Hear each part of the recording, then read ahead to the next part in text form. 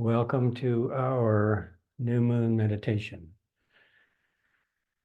So I see we have people from all over the world. Thank you for joining us. And thank you for joining us if this is your first time at these new moon meditation sessions. And thank you for joining again if you were here last month. So we will be doing a little bit of aromatic meditation, so have your oils ready.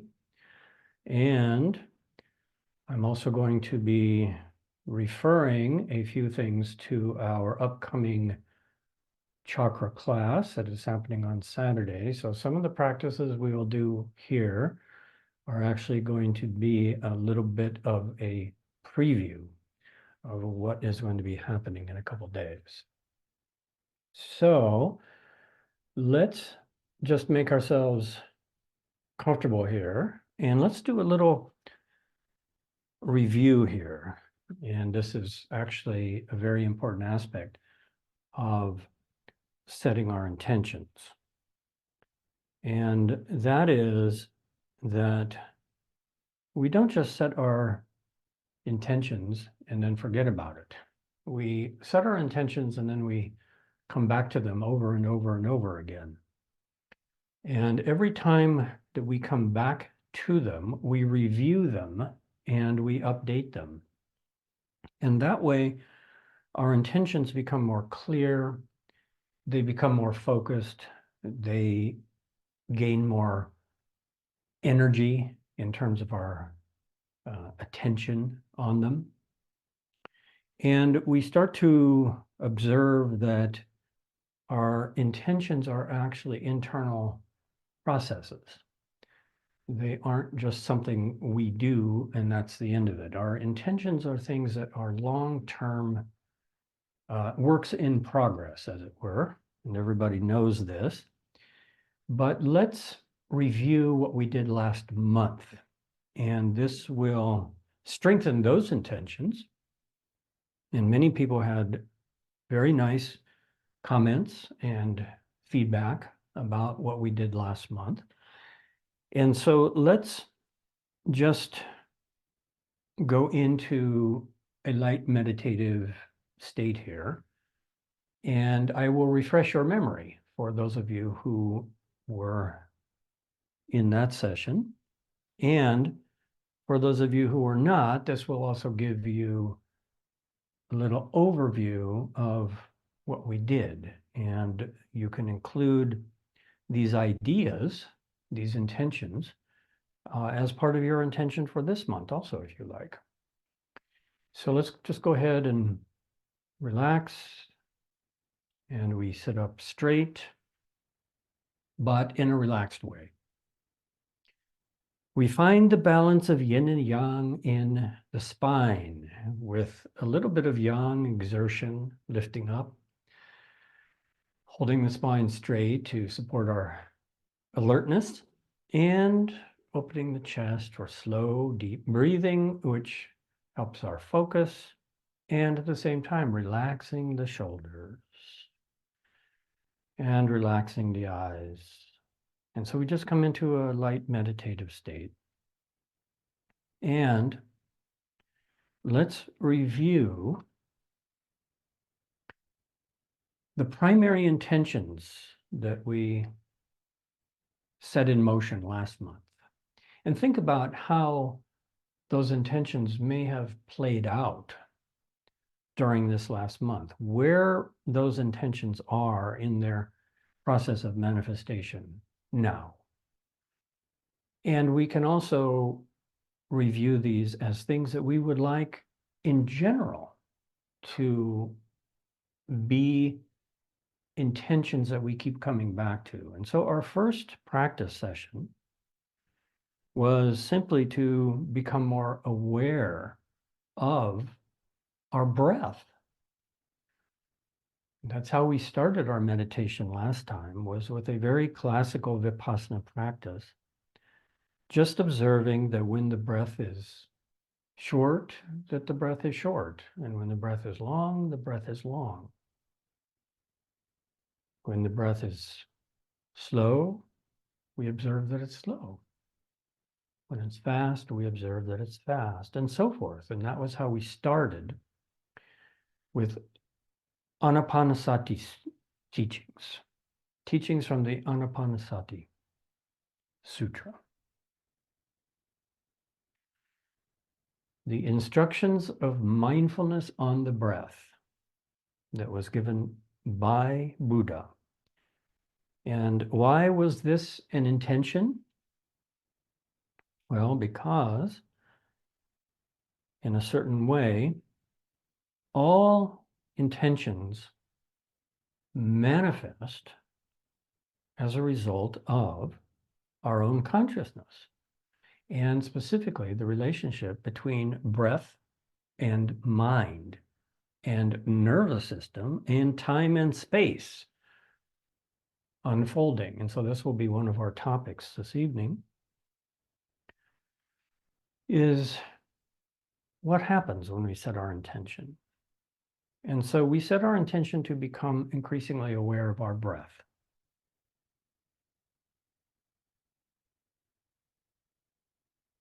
And so you can think back, and maybe in this last month, as the river of life has carried us from one new moon to another, we have gradually become more aware of our breath.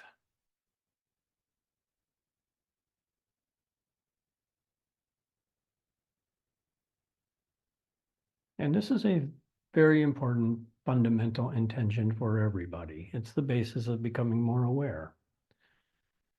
Okay, and then you can think back, and maybe some of you came back and revisited this intention many times, and that was to spend a little more time focus inward with ourself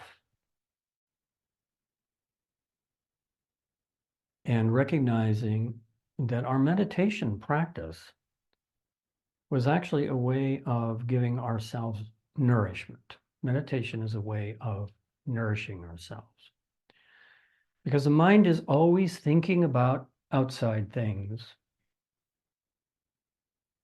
other people, outside conditions, and simply returning back to being present with ourselves is a very powerful way of rejuvenating ourselves. So let's bring our attention back.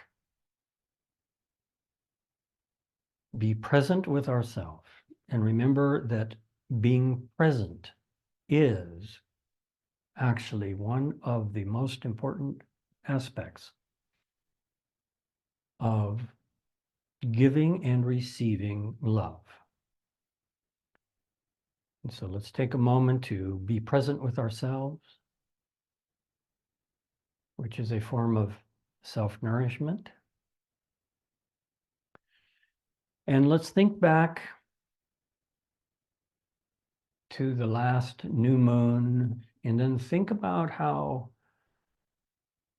the river of time has carried us this last month through all of these different states: waking, sleeping, dreaming, dreamless sleep,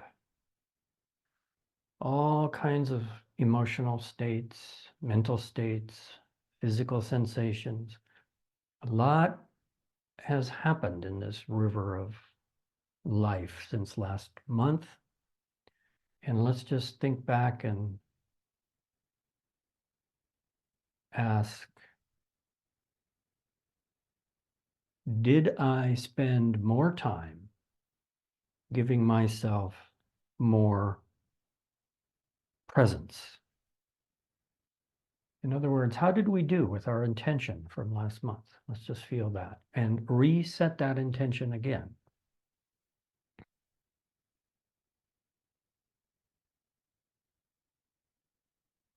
And it's selfish, but it's the basis of being able to be in the world fully for others.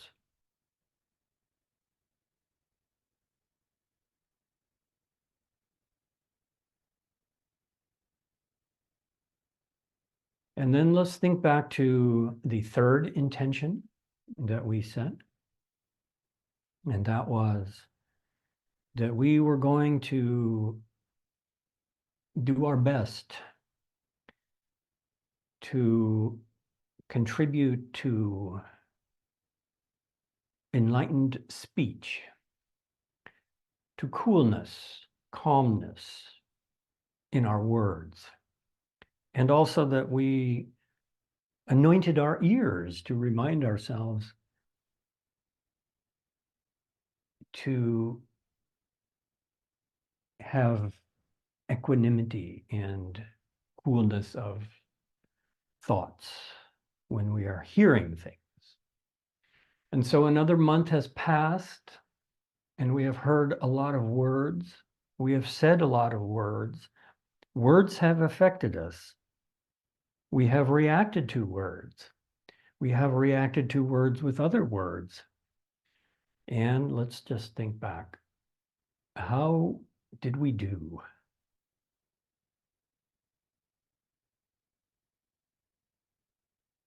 And as always, all of these things are a work in progress.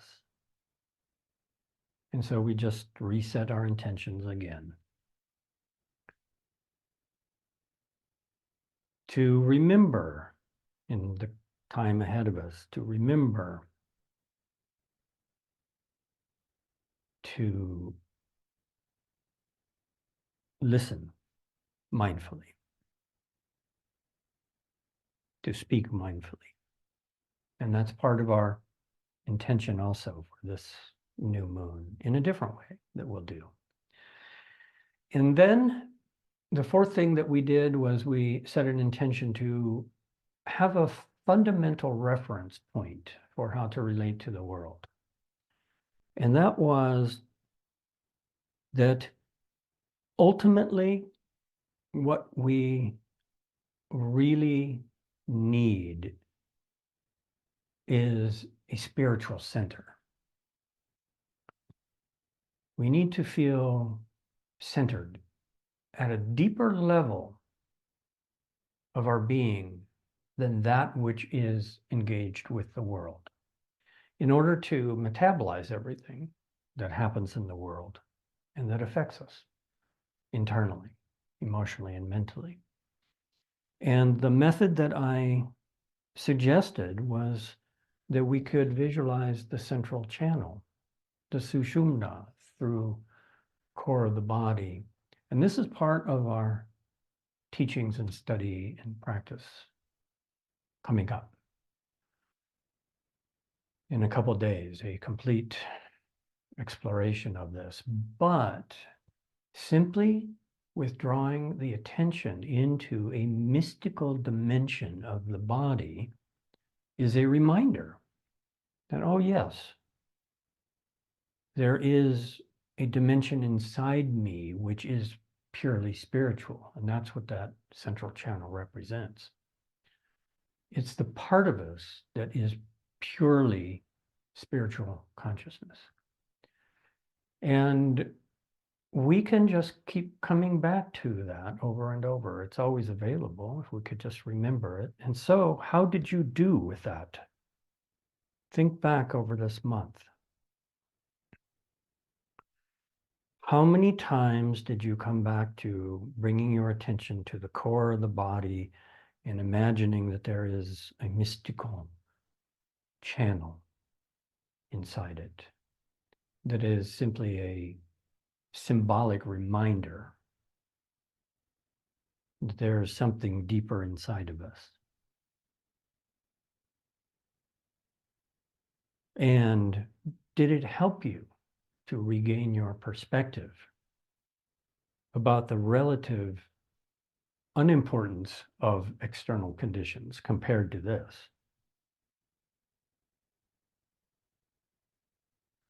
Or did it help you find a little tranquility and peace of mind? And we can set that as an intention again.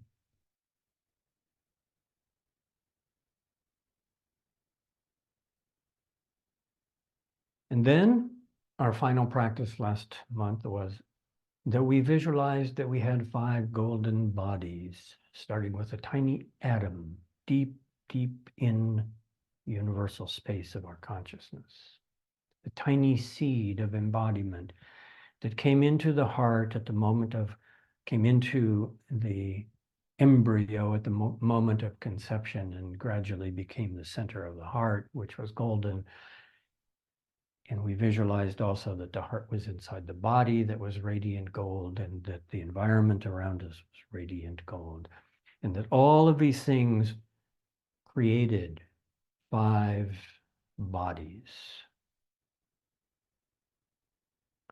layers that were all interconnected, from the innermost space of the heart to the heart itself, to the body, to our home as a celestial palace of the deities, to the world and the cosmos. And so you can think back, how did you do with that practice? And you can set your intention again.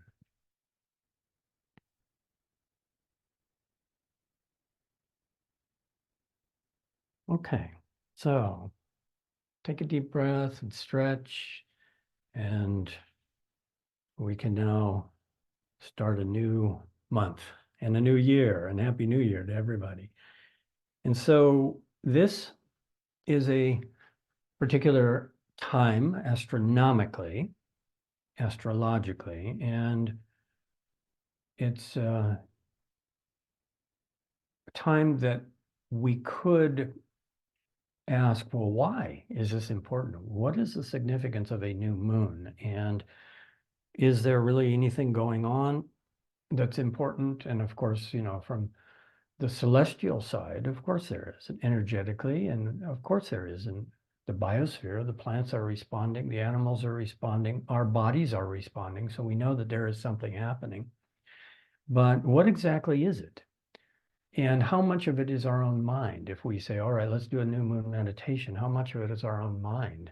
And how much of it is actually both? How much of it is the intersection of our mind and the moon that is creating this opportunity and empowering us to do something? We are here because we assume that this is a time that if we do something, that it is different than the rest of the month. So the way that we could look at this, and the way that we can use this actually, is that we can look at nature, and we can see that for the plants, the new moon is the time when they are least active, and there is actually less fluid in plants at the new moon. And full moon, they become more active, and there's more fluid, more sap and juices and resins flowing in plants. And so this is a good way to understand part of this process of what we're trying to do to align ourselves with nature, is that we're trying to align ourselves with this process of expanding and contracting of life force, and specifically with the water element and the earth element and the warmth element of the sun. And so we would say then that the new moon is yin, but we are also in winter. And I know for many of you, it's a real winter and it's very yin. And so the way we can understand this particular moment is that it is yin within yin. And therefore, we are actually in a very internal state energetically, even though our lives are no longer governed by these macro forces to the same degree as they used to be, but we are still influenced by this. And so right now, today, at the new moon, this is a very yin internal time. And what that means is that it's a really good time to plant some seeds in the deepest part of yin, in the deepest part of our psyche, in the deepest part of the soil. And it's also the place we can think about planting some seeds in the middle of the winter that are going to start to come out over the next few months in spring and come to fruition in summer and fall. So That's one way that we can use the new moon. And it's also one way we can use this new moon in winter, is to recognize that we are in yin of yin. And now let's do two things. Let's create a mandala of intentions for ourselves first. And let's do it in this particular way. We will associate this with the sixth chakra. And we will bless the mandala of intentions with whatever fragrance we like. And so make yourself comfortable.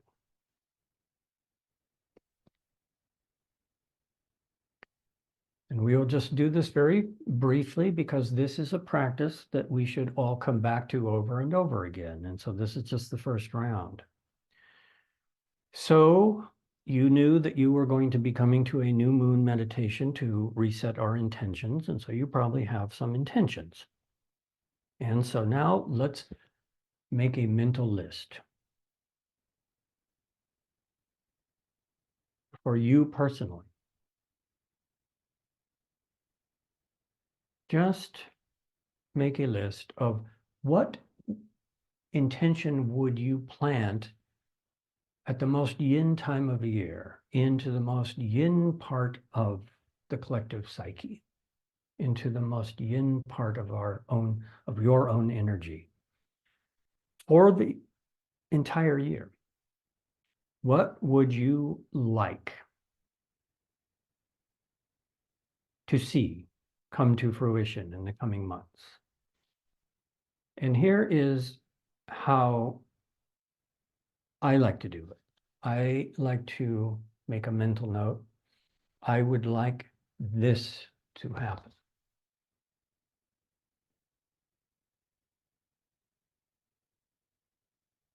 And just visualize it. But then create a mental mandala with this. And so think of a second thing. And maybe these are things that are already in process, already in progress. And this will just help you to mentally organize it. So think of your second project, your goal. And these can be anything. These can be any concerns, ambitions, hopes, dreams, fears, problems, entanglements, karmas, whatever is important to you to resolve, to create, and put one of them on a point in the mandala mentally in front of you, and then put another one in another point of the mandala mentally in front of you. And I'm doing this with you. I have two things in mind. And then create another one. And let's start with 4. So we have the 4 directions, and we are visualizing 4 directions in a mandala in front of us. And we are visualizing clearly 4 clear intentions.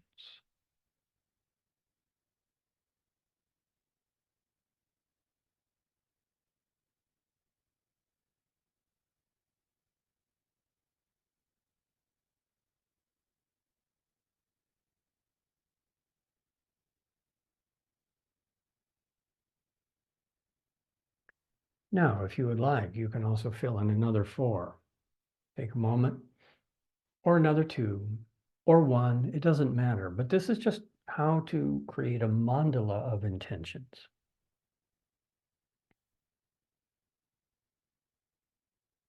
And they don't have to be 4 corners. They could be 6, 9, 12, however much you want. But the more you add, the more intense the focus becomes. And the more you can see how they relate. And the more you can see how they are priorities. So one of your strongest priorities may be at the top.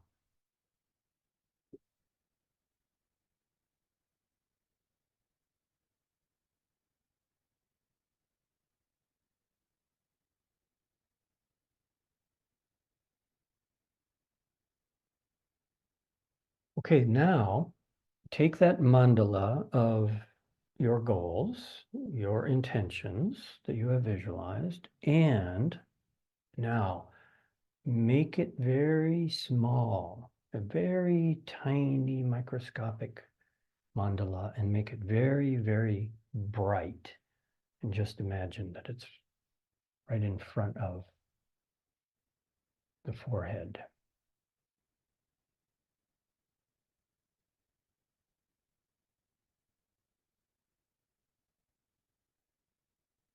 And then you can take one of your essential oils and you can put it on the forehead. And just imagine that you are actually giving fragrance to that mandala. Just imagine that you are actually anointing the mandala of your intentions so that it becomes very energetic and very clear.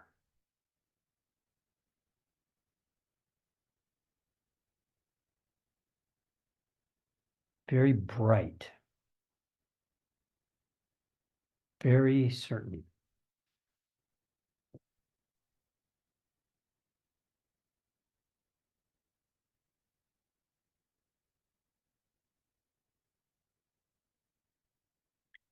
And be aware that we are doing this at a time that is yin within yin. And now take that mandala of all the things that you are focused on and just send it out into the sky of consciousness, into the omniscient, unified field, and just let it dissolve. Just imagine that all of that focused energy just becomes part of the collective mind, becomes part of Mahat, the mind of the universe.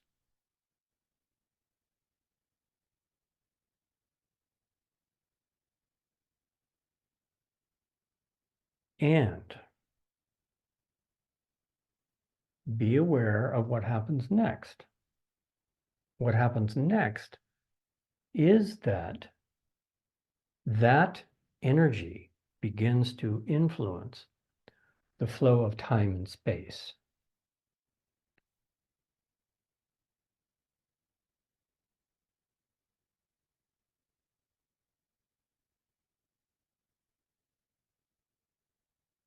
And it becomes a seed that gradually begins to sprout and grow.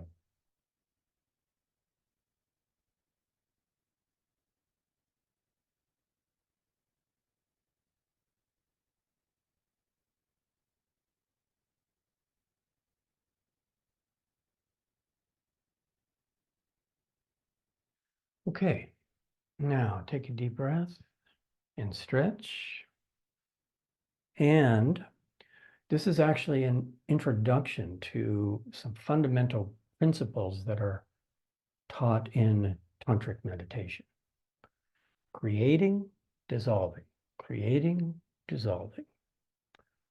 Creating, seeing it clearly, focusing it, blessing it, dissolving it. And what we're doing is this is actually biomimicry of how nature works, how the mind works, how we got here, how consciousness becomes matter, and then matter becomes consciousness. Okay? So these are underlying principles that we do all the time anyway. We give rise to thoughts, we give rise to intentions, but the more we do it, aware of what we are doing, then the more powerful it becomes. Now, this was really nice as a starting point.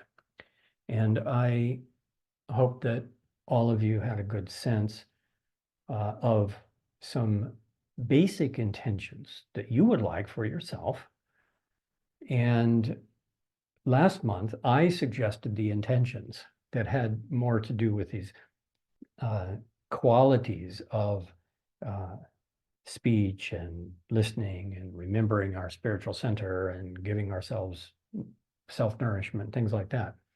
These are your intentions, and these are things that are really good to do just on a repeated basis. Just keep coming back to your to-do list and create the to-do list as this mandala, and then just bring this mandala right in front of you. And this is working with the sixth chakra, actually. Okay, and just visualize that it's a tiny seed of very powerful energy. And that's a very tantric, very common tantric practice, is to create a tiny, powerful seed of energy. And then to bless it. And we did it with fragrance this time, but you can bless it with color, you can bless it with mantra. There's all kinds of ways to bless it. And then it returns back out into the mind, the universal mind. But that's where it came from. It came from the universal mind anyway. So what we are doing then is we are actually using these cosmological powers of the universal mind that are inside of us. And we're basically just bringing them into focus. And then we are returning them to the universal mind. And the more we understand about how mind works at that level, the more we can consciously participate with that process. Okay. Now, all of you created some intentions, and I'm quite certain that none of you had harmful intentions for others, that you're not thinking about, all kinds of things that you could do that so many people are doing that are destructive. And I'm sure that the intentions that you set for yourself are universal in nature, because we all basically need and want the same kinds of things. Now, if you created a to-do list mentally like that for your mandala, that's your personal expression. But what if you were to take all of those things and turn it into universal wishes that everyone could have these things? And doesn't necessarily mean that everyone should have your to-do list, but you intended things for yourself that were positive. And what would those be if you were going to take that into a universal level and turn it around and make that visualization now for everyone's benefit? How would you translate that? Let's do that. So close eyes. And now just bring that mandala back, the same thing that you had before. Recreate it, instantly recreate it. That's what our mind can do. Our mind can instantly create entire realms. And so let's just bring that mandala back. But now let's look at each of these things that we wanted for ourselves. And now let's just imagine how everybody needs and wants universally the same things. And so let's look at it. Maybe there are some real personalized details that don't matter to others, but what is the essence of it? What are the things that you wanted and need for yourself that you would now like to create a universal mandala for everyone?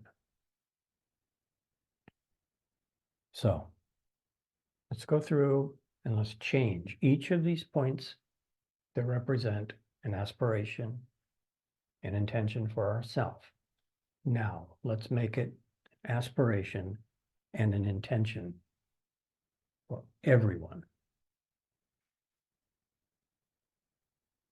Can start with 4 corners, 4 main intentions for everyone's happiness and well-being. What would those be? What were they for you? Was it improved health?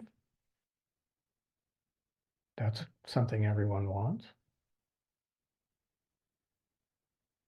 Was it less stress? That's something everyone wants. Was it resolution of a conflict. That's something everyone wants.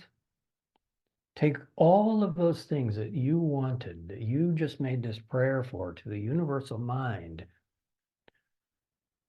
and make it a mandala for everyone, all people on earth.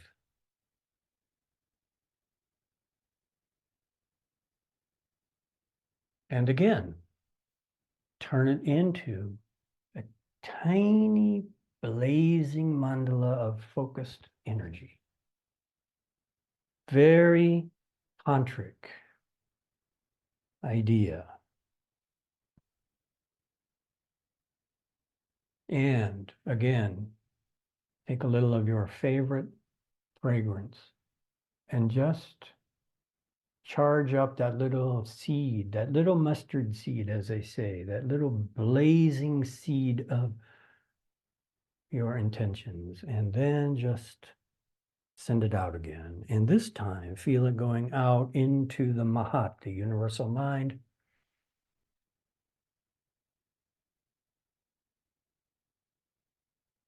For everyone.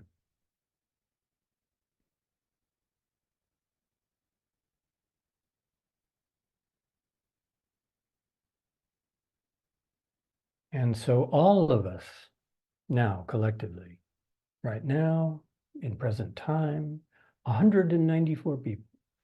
And over time, as people join us, 1,287 people will be thinking good thoughts in a very mindful, clear, organized way that actually communicates consciously to the collective psyche of humanity. That's what we are doing. And feel again that those thoughts are like seeds. They are already beginning to transform the flow of time and space. They are already planting their energy in the soil of the collective psyche. And over time, that focused energy will do something for others.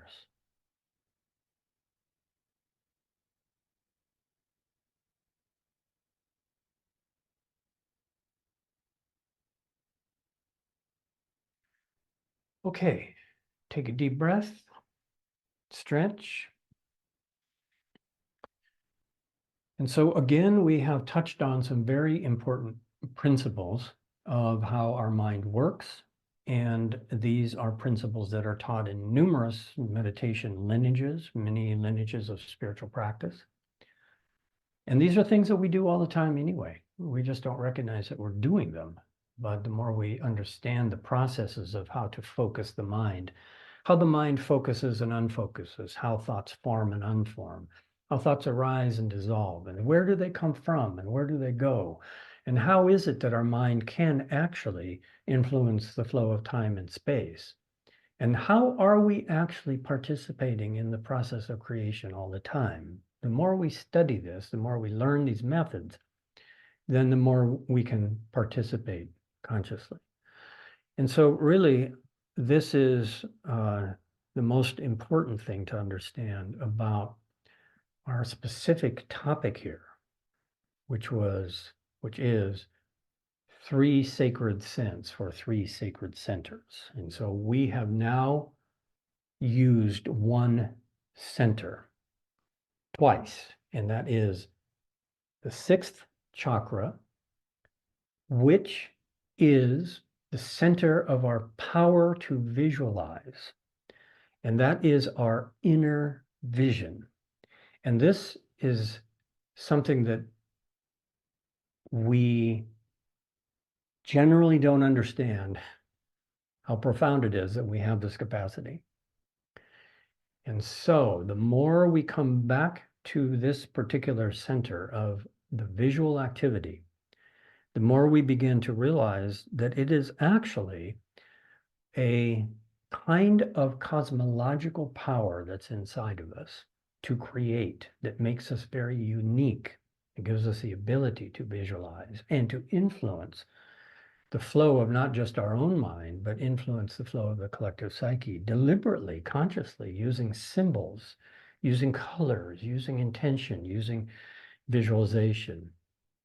Now, if we are going to talk about 3 sacred centers here, then it would be very easy to use a system from Tibetan Buddhism, which is body, speech, and mind. Okay, now this system is a complete study, complete in-depth school of thought, complete in-depth system of meditation, but it is based on a very important principle that we can now use to set our intentions from this yin within yin time. And that is that in this school of thought, that our body is the manifestation of enlightenment. Our speech is the manifestation of enlightenment. Our mind is the manifestation of enlightenment. If we recognize their true nature.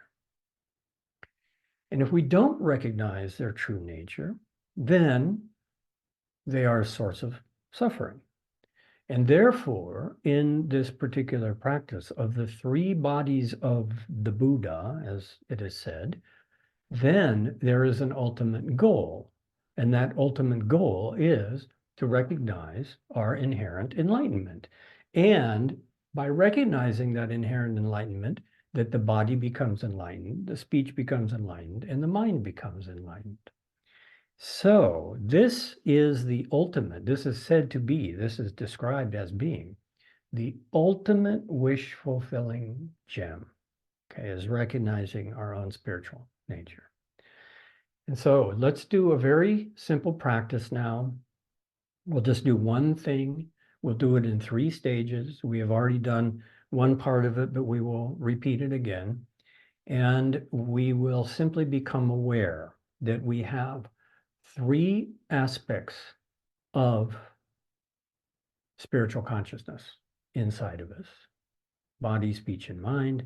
And we can use 3 sacred scents. And so have your oils ready for whatever you would like to use. And I would say, think of it in terms of what oil do you associate with the body, blessing the whole body. That's the center here, the brain, the whole body, the nervous system, the whole body. What would you use? I would use sandalwood. And then what would you use for blessing speech? I would use frankincense. And what would you use for blessing heart? Well, I would use rose. And these are all just personal associations. And they're all sacred scents. But why are they sacred scents? They're sacred because nature created them. They are sunlight, and they are moon, and they are earth and water, and they are ancient intelligence of the plants. And why are these 3 centers sacred? Well, let's go through and let's just contemplate that. All right. So close eyes, relax, and have your first oil ready to anoint your forehead again. And this will be blessing the body.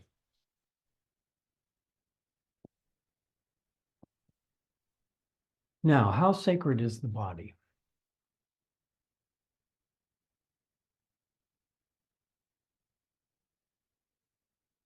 How much cosmological intelligence does it contain?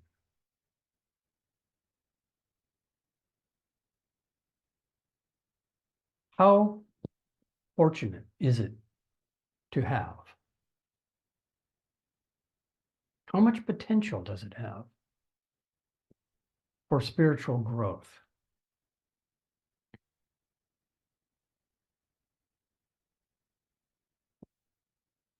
How fleeting is it?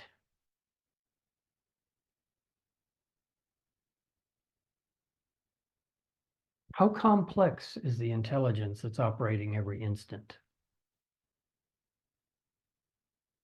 So if we ask ourselves these kind of questions, we can very quickly recognize that the body is a miracle. It is a miracle of creation that is a vehicle of very profound intelligence of nature. And so now we can ask, what does it actually mean for the body to be enlightened physically? What does it actually mean? And we can think maybe it means freedom from illness. Maybe it means that the body is very much at peace. Maybe it means that we are using the body for our highest purpose. Maybe it means that the body is the vehicle that expresses our enlightened consciousness. Maybe it means that we recognize that the body comes into existence from consciousness and then returns back and dissolves into consciousness again. There are so many ways we could simply ask ourselves the question, what does having an enlightened body mean? And it's better to ask ourselves these questions than to try to adopt things from the outside. We should learn that there is a system that says the body has a center that is the brain, that is represented by the letter Om, that is white, that is radiant. We should learn these things, but then we should ask ourselves, what does that mean? What does it mean that the body is enlightened or the vehicle of enlightenment? And so let's visualize the body as the body of enlightenment, the potential for enlightenment, or the body as the result of enlightenment also. And let's visualize what that means. Let's visualize what that looks like. And then let's take one of our sacred scents. I will use a little sandalwood because that is a very clear association for me and the body and enlightenment and the forehead chakra. And just touch it to the forehead. Breathe the fragrance, touch it to the forehead, and imagine as you anoint yourself that that clear white light in the cranium just radiates everywhere, radiates, fills the whole body. And this is also a tantric technique of using light to energize the body and mind.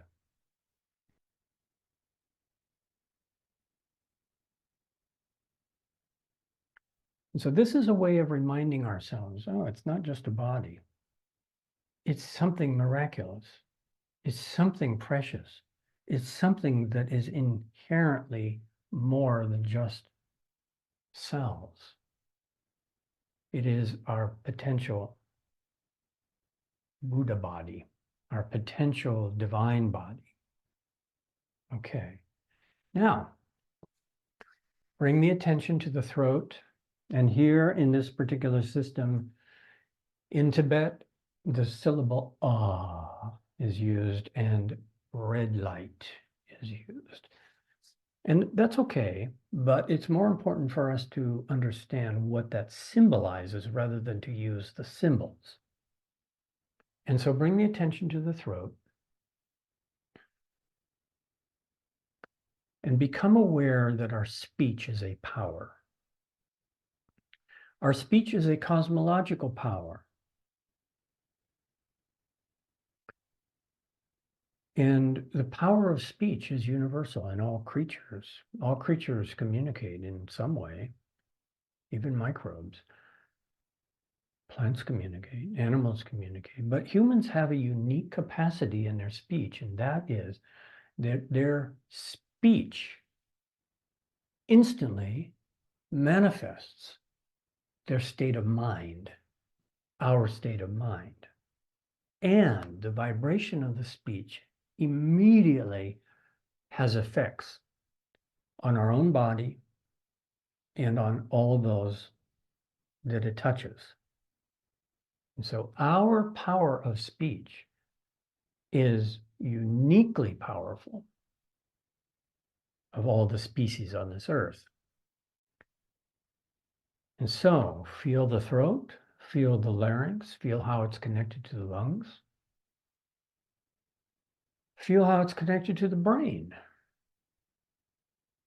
Feel how it's connected to the heart.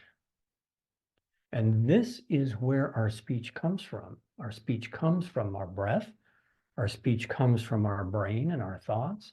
And our speech comes from our heart, spiritually.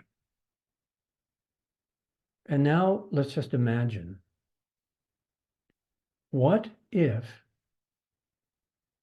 our speech was inherently enlightened?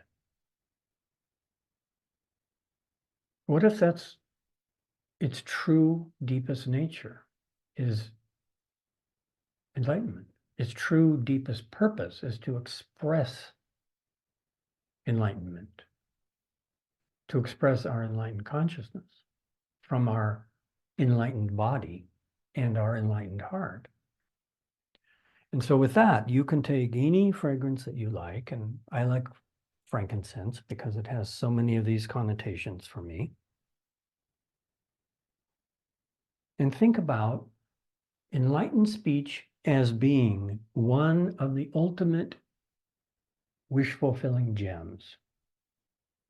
That if we had enlightened speech, it would naturally manifest wonderful things for us.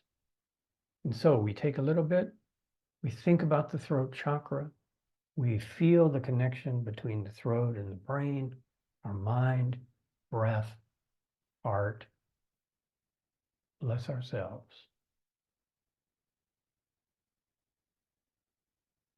Anoint ourselves as a way to remember, using a very sacred plant, a way to remember our own inherent sacredness in our consciousness that is manifest in everything we say and how we say it, and also everything we don't say. And so that is speech. Now, in our last few minutes, bring the attention to the heart.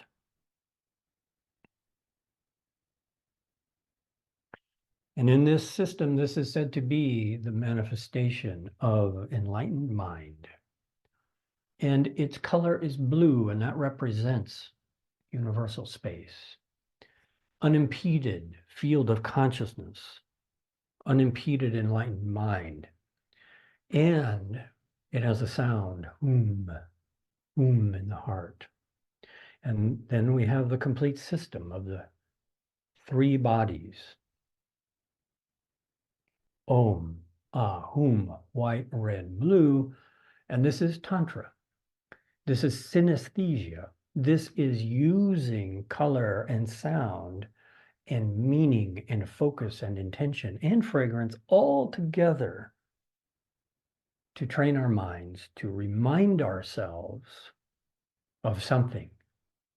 And so bring the attention to the heart. Feel that your attention causes great, deep, radiant blue energy to fill the whole body and to everyone, everywhere throughout the universe. Recognize that this is the true nature, the deepest nature of our own consciousness is enlightened.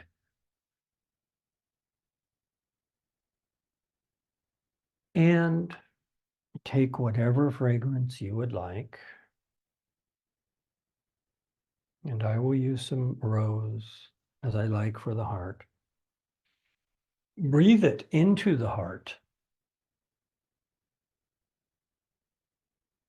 And touch it to the heart.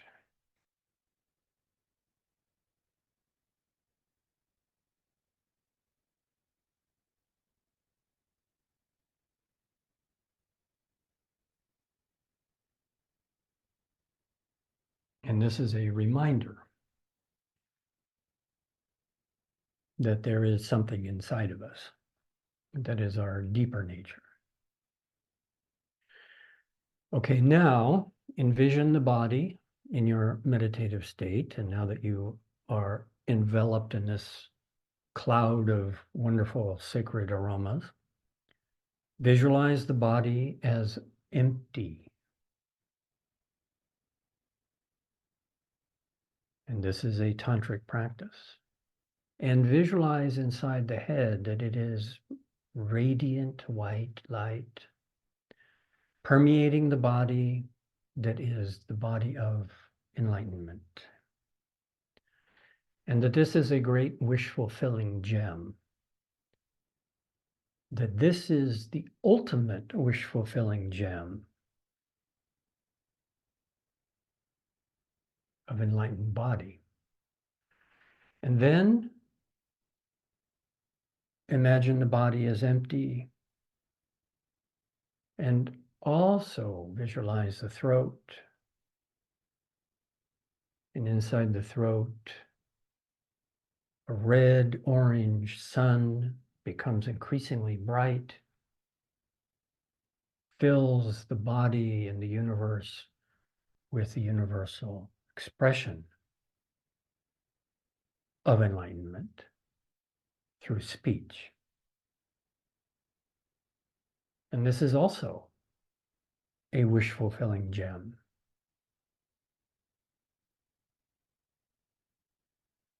And finally, feel the body is empty, like space.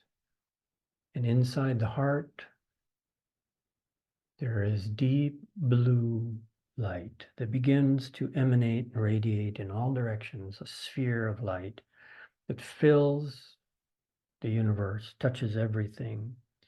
And that is the omniscient, space-like nature of true consciousness.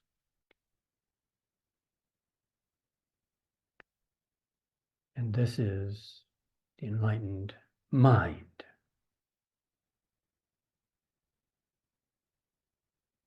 And this is also a wish-fulfilling gem.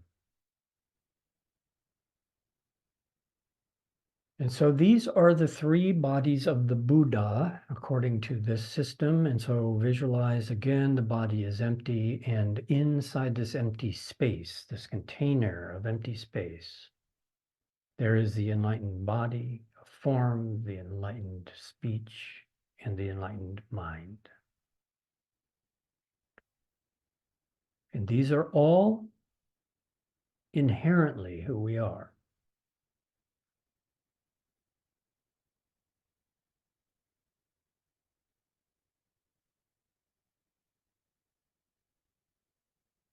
Okay, take a deep breath and stretch.